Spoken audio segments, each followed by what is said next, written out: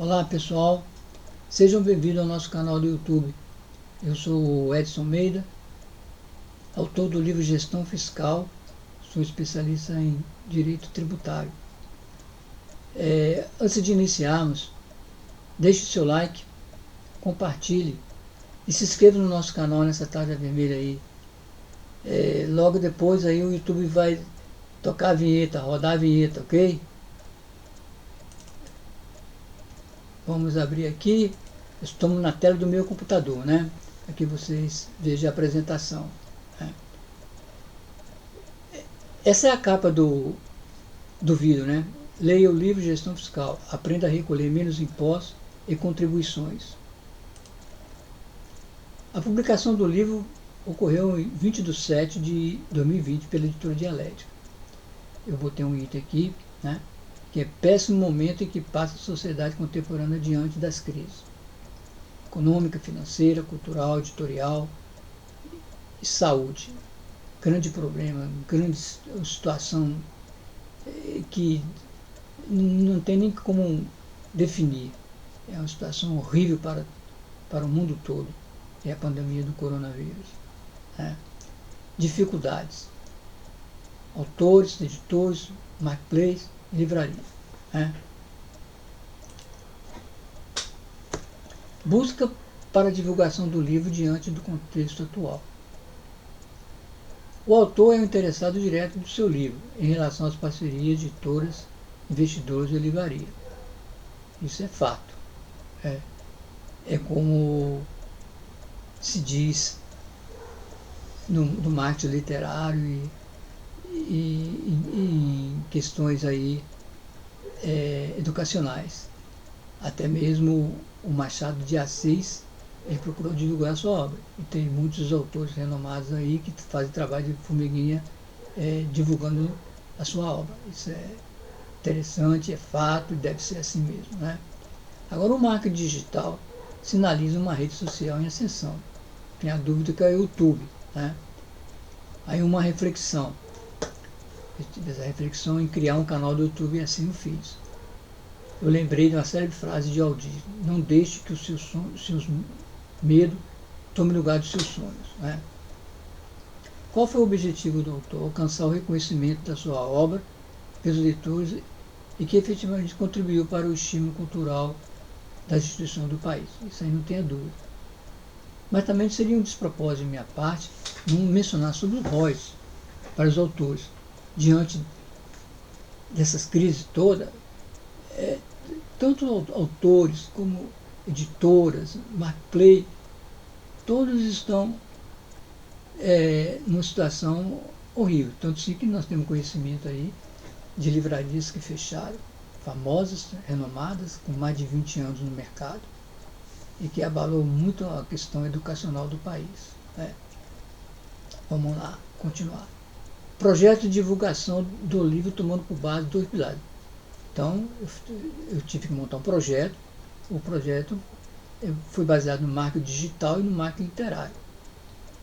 O marketing digital é buscar o foco, o qual o maior interessado do seu trabalho é você. Não tenha dúvida.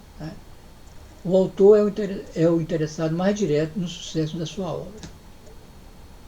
Oferecer uma experiência de valor aos leitores e usuários do YouTube por meio de produção de conteúdo constante do livro.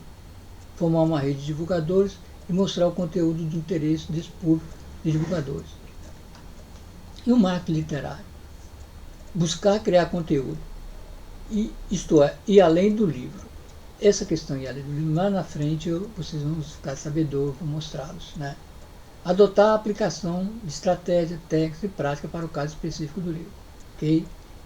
Vamos lá.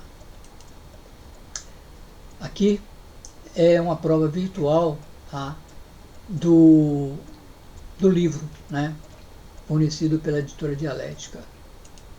Bem, aqui é a orelha da capa, ou primeira orelha, na cor amarela, contém o nome do autor e um breve currículo. Aqui é a capa, ou primeira capa, mostra o design da obra, contendo na parte superior, na cor azul, o nome do autor e no corpo, com fundo negro, contendo o título nas cores amarela e branca, e o logotipo da obra nas cores azul e amarela. Né? Aqui nessa parte central é a lombada, fica, ou seja, no meio do livro, na cor negra, contendo o nome do autor na cor azul e o título na cor amarela. Aqui é a quarta capa, ou capa do fundo, contendo sinopse ou resumo da obra, com letras brancas com fundo negro. Essa parte aqui é a orelha da quarta capa, ou segunda orelha, contendo uma foto, nome e um breve histórico acadêmico do autor, com o fundo na cor azul. Na parte interna da lombada fica as páginas, o miolo, pronto, denominamos de miolo, o miolo do livro, né? Fica aqui. E entre a parte interna e no verso, tá? Na primeira capa fica a segunda capa no verso. E na quarta capa, fica a terceira capa no verso. Ok? Vamos seguir. Aqui é a capa do livro da gestão fiscal divulgada pela Editora Dialética, né? A versão física, o valor dela é R$ 59,90 e o e-book é R$ 24,90. Os preços, podem observar, são bastante módicos, né?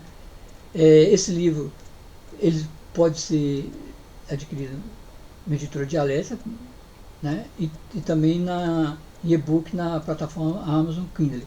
E também nos diversos marketplaces de parceria, parceiros da Editora Dialética, que vocês no site da Dialética irão constatar, ok?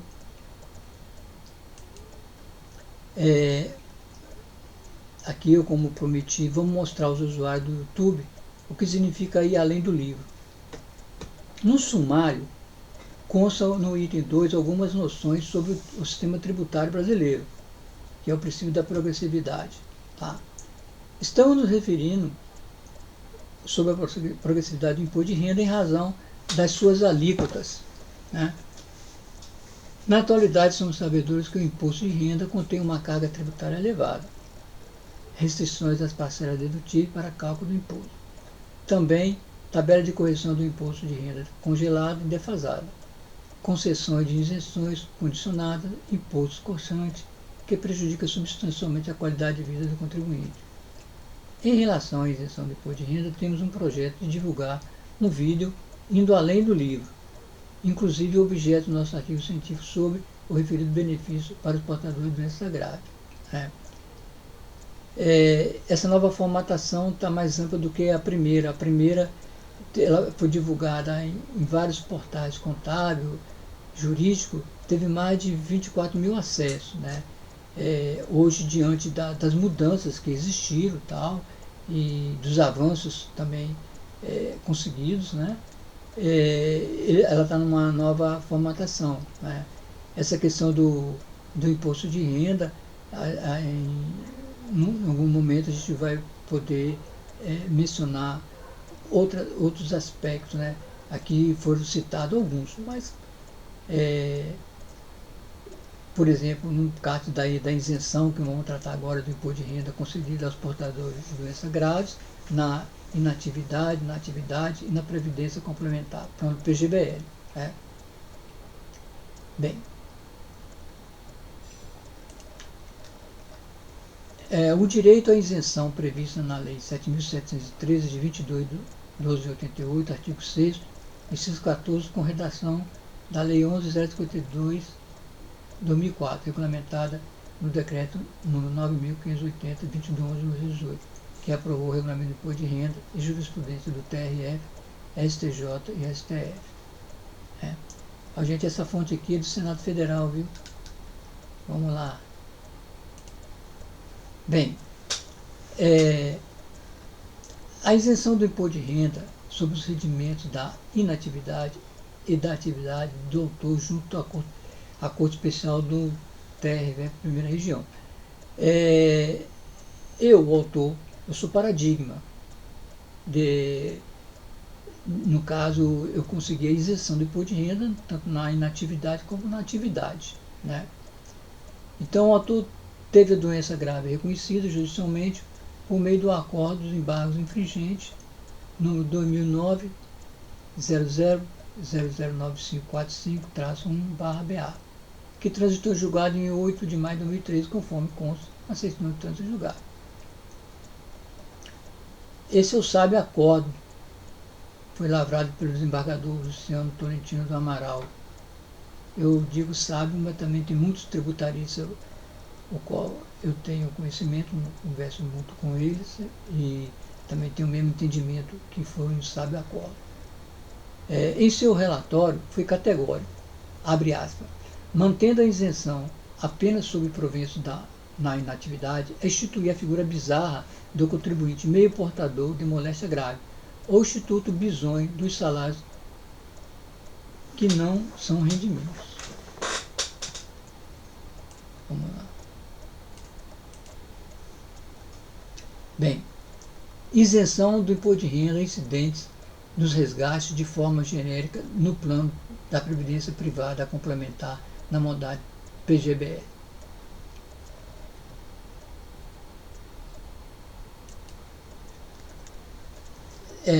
Nota 6, número 50/2018, CRJ, PGA 7, PGFN, MF, e nota 6, número 51/2019, né, e jurisprudências pacificadas do STJ. Bem, nesse caso aí, é a extensão da isenção do imposto de renda concedida ao portador de moléstia grave nos termos do artigo 6, artigo 14 da Lei 7.713 de 88, a hipótese de resgate de contribuições vertidas ao plano PGBL de modo genérico a planos de privados de previdência complementar, sem adentrar na especificidade de cada regime contratado. Nota 6 esclarece. Não, vou voltar aqui. A nota 6 esclarece que é recomendável proceder à definição interna do procedimento no Instituto de garantir certeza, uniformidade e segurança jurídica na atuação entre a Receita Federal e a PGFN. Nesse sentido, o portador de doença grave, com o imposto de renda retido e sua complementação apurada na delegação de ajuste anual, administrativamente poderia acessar no site da Secretaria Federal, na aba Restituição e Compensação PERDECOMP Web, a fim de obter a restituição do imposto pago indevidamente.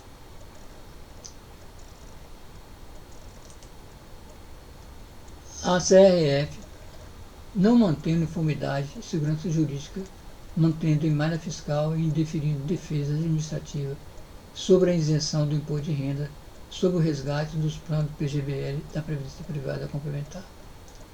Diante do posicionamento da Secretaria Federal, é recomendável o portador de doença grave procurar o Judiciário por meio de ação de repressão de indébito tributário. A Procuradoria da Fazenda Nacional na Bahia, em peças processuais de ação de repressão de indébito, tem se manifestado que deixou de contestar o pedido de reconhecimento do direito à isenção do imposto de renda incidente sobre os resgates de contribuições vertidas ao plano de aposentadoria privada complementar, plano PGBL, reconhecendo expressamente a procedência do pedido de repetição de indébito tributário do portador de doença grave.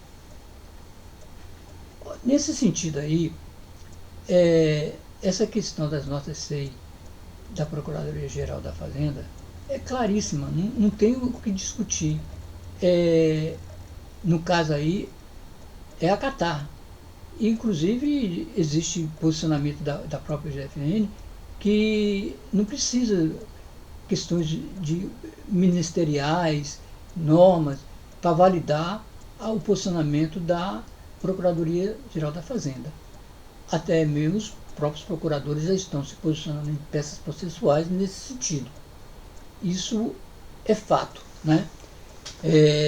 Só que administrativamente, a termos da Receita Federal, essas coisas todas, existe uma morosidade, existe uma questão que acaba dificultando, né, a questão do recebimento do portador de doença grave, que tem que entrar no judiciário para pleitear uma coisa que poderia ser de plano, sem necessitar dessa questão. Eu elaborando esse vídeo, tá?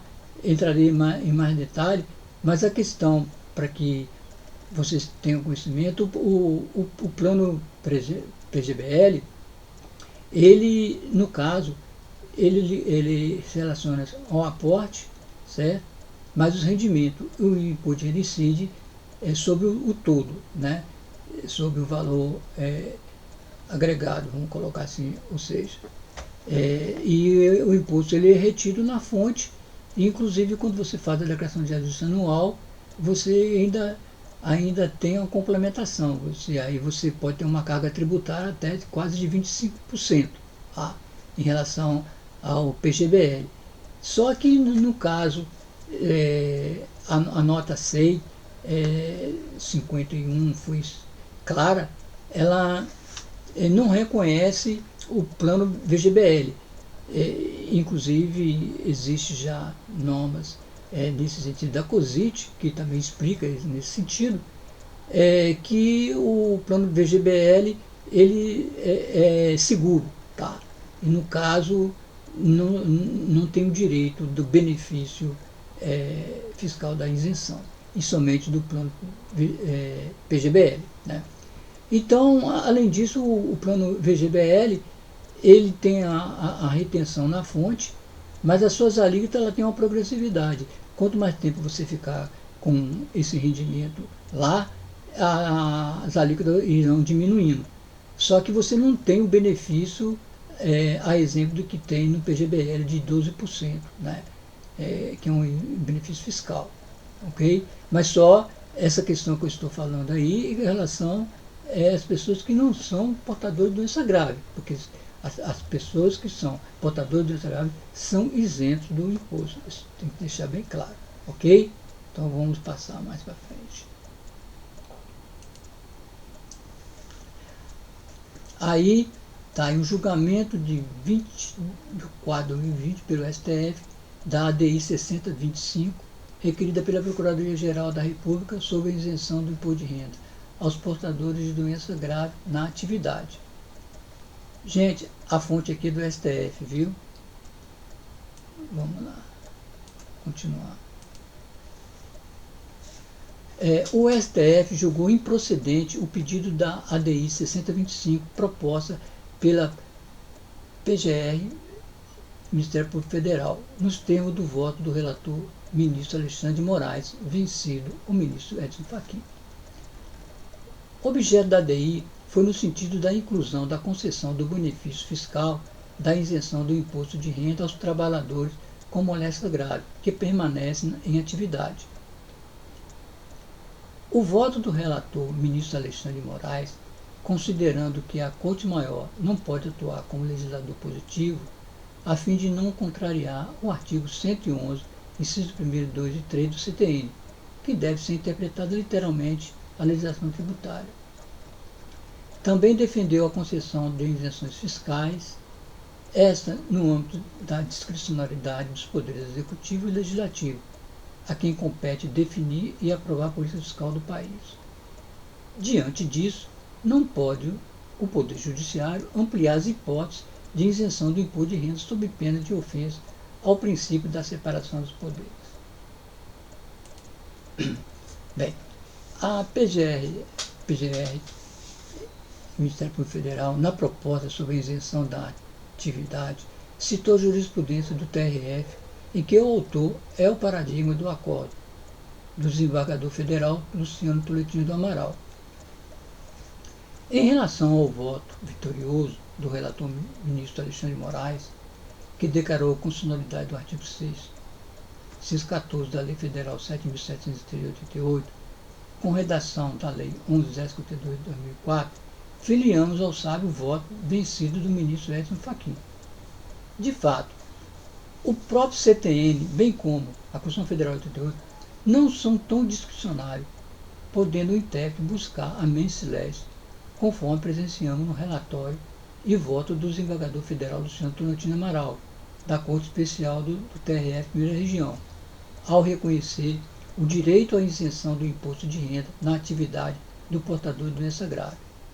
Enfim, entendemos que as questões não tratadas dos poderes competentes, executivo e legislativo, ocasiona um efeito bumerangue em prejuízo dos portadores de doenças graves e dos aposentados, por motivo de algumas decisões do STF, serem sustentadas que a Corte Maior não pôde atuar como legislador positivo. Por essa razão, entendemos que tal argumento prejudica aquele que necessita de um olhar mais justo daqueles que detêm o poder. Nesse sentido aí, havendo um clamor da população, ou mesmo do próprio Câmara dos Deputados, do Senado Federal, que tem que atuar como legislador, essa lei pode ser modificada tranquilamente, e tem tudo para ser modificada, né? Só que, como as coisas às vezes barram lá no STF, em decorrência dessas faltas de normas, você vê que uma lei que foi de 1988, nós estamos em 2020, ela não tem modificações que acompanham a sociedade, que acompanham as mudanças da sociedade. Não tem. E quantas coisas modificaram, quantas coisas mudaram? Então, já é tempo, né?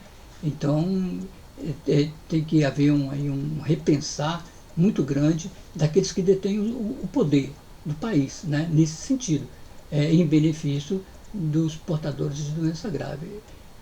Eu penso dessa maneira, entendo dessa maneira, venho defendendo isso por meio de artigos científicos na doutrina. Okay? Nós vamos mais na frente, mais em outros vídeos, alongar, vamos socializar todas essas questões. Ok? Agora vamos passar mais para frente, né? Para outra parte aqui.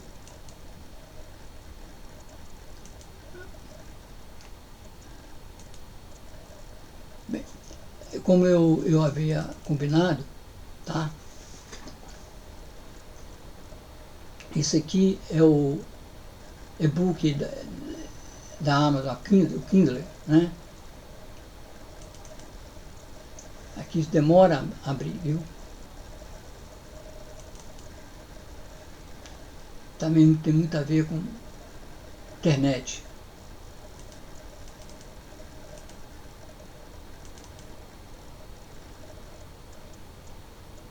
Ainda não abriu ainda.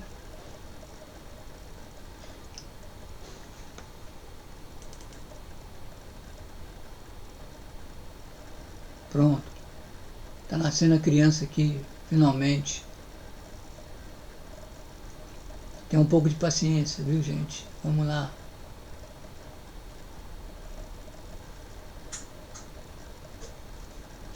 Tem uns programas aí que, se você for sair cortando, você vai ter que pegar não uma tesoura, um facão para ir cortando. Bem, chegamos lá. Ó, esse aqui é o sumário do livro, certo? Já coloquei aqui logo para você tomar conhecimento, né?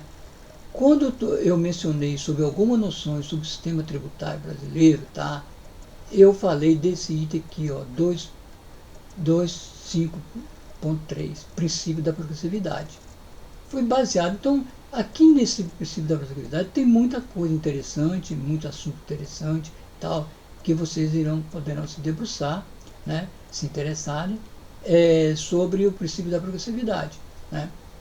E só que no meu projeto, né, no marketing literário, eu vou além. Então, o que eu fiz? Eu estou propondo aquele trabalho de um vídeo, né, sobre a isenção do imposto de renda na atividade, inatividade e na previdência complementar dos portadores de doença grave, ok?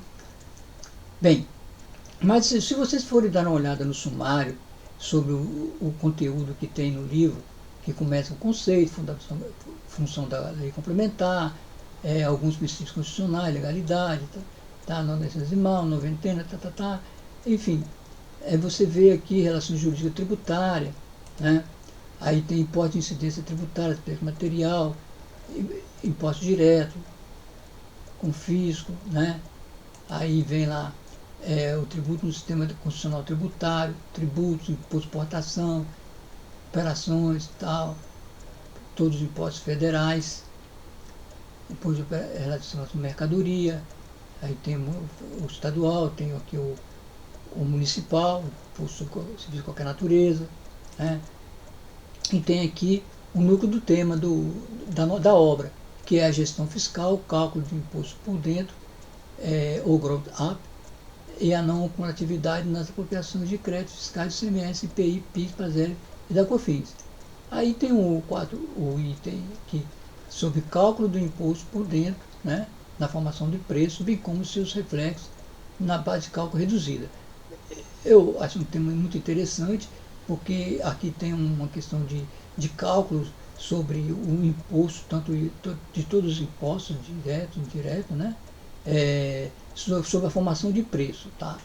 E tem posicionamento também do fisco do estado da Bahia, o desdobramento disso, em que o Estado defendia uma alíquota cheia, né, da energia, vamos colocar assim, mas na verdade foi mantida a redução da base de cálculo sobre o cálculo do imposto. Né?